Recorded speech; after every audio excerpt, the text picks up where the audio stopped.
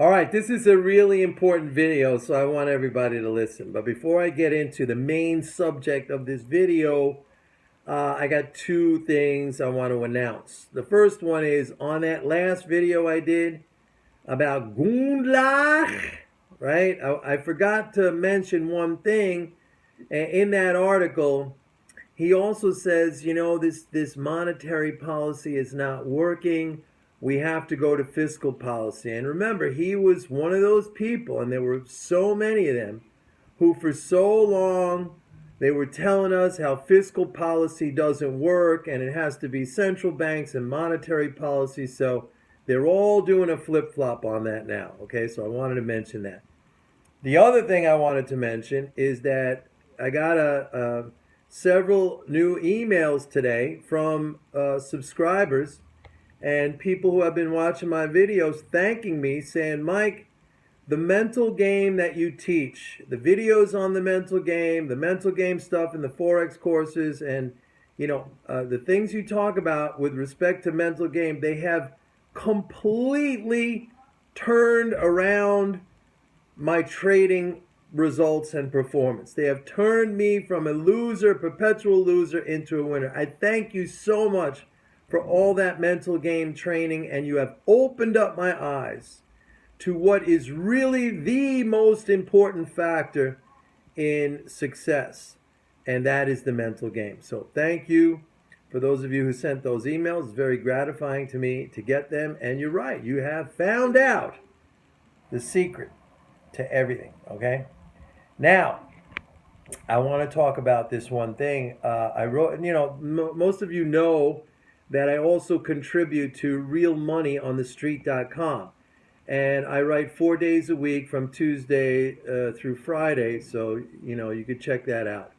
Today I have an article up there I think is a very important article because every time I talk about rates or rising rates being a fiscal expansion and adding to national income and how it is actually inflationary, I undoubtedly I will receive emails or comments from people that say to me, well, Mike, aren't you forgetting that Paul Volcker, when he raised rates back in 1980, 79, 80, he broke the back of inflation, right? Some of you have contacted me with those comments. Now, the article I wrote today on real money at thestreet.com, which you should go check it out. It's probably up there now. I go through all the numbers on this because this is probably the biggest, false story, the biggest lie in economics, all right? But whoever coined this phrase, broke the back of inflation, whoever that was, the guy's a marketing genius, because people are still going around today, 36 years later, saying that Paul Volcker broke the back of inflation. Paul Volcker did nothing except create the worst recession in post-World War II history, at least before we had the financial crash back in 08, 09. But that was the worst recession in post-World War II history, put a lot of people needlessly out of work. But anyway, I go through the numbers starting off in 1970 with Arthur Burns, when he was Fed chair, came in, and I'm just kind of off the top of my head now. You're going to have to get the article for the exact numbers. But the discount rate, back then the Fed used to manipulate the discount rate. Now it's the Fed funds rate, but they're very similar. The discount rate was like 5%. Inflation was 5%. That's the CPI year over year. Then by 1974, I believe it was, he boosted it up to 10%, the discount rate. Inflation went up to 11.8%, okay? Then I think down in 1976, it dropped back down to 5.25%, the discount rate. And guess what? The inflation went down to 5%. Then he started boosting it up again. I think he boosted it up to 10%, the discount rate, and inflation went up again to like 11 or 12%. Then Volcker came in 1979, August 1979, and he continued to push up the discount rate. He pushed it up to, by 19 February of 1980, it was like 13%. And guess what? Inflation was up around 13%. Now he kept pushing it up.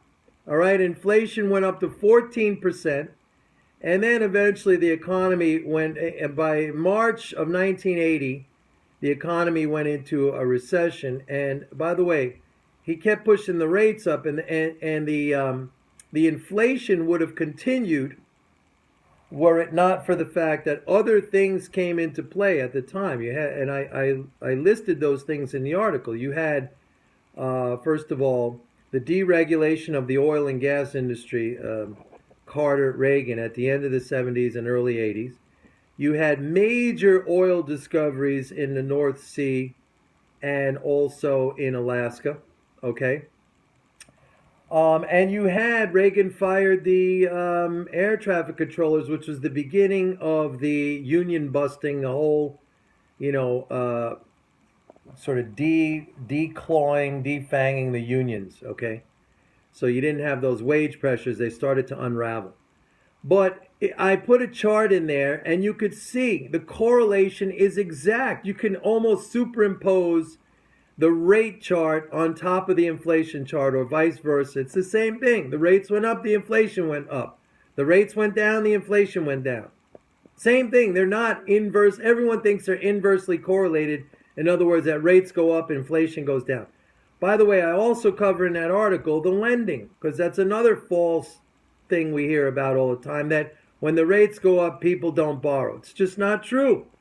You could see in that 1979 period, when the rates went from like, whatever I said, it was 8% to 13% up to 1980, total loans and leases at banks were growing at 13% annualized year over year.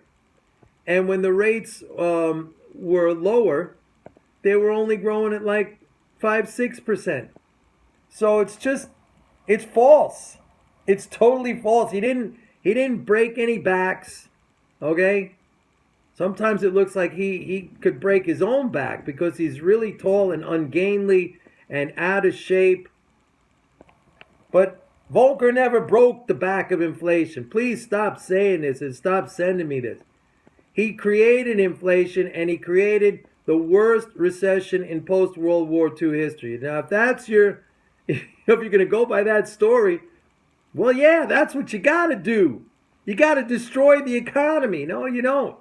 You lower the interest rate and the inflation goes away. That's why we could see the correlation again exactly when they lowered rates down to zero in this cycle.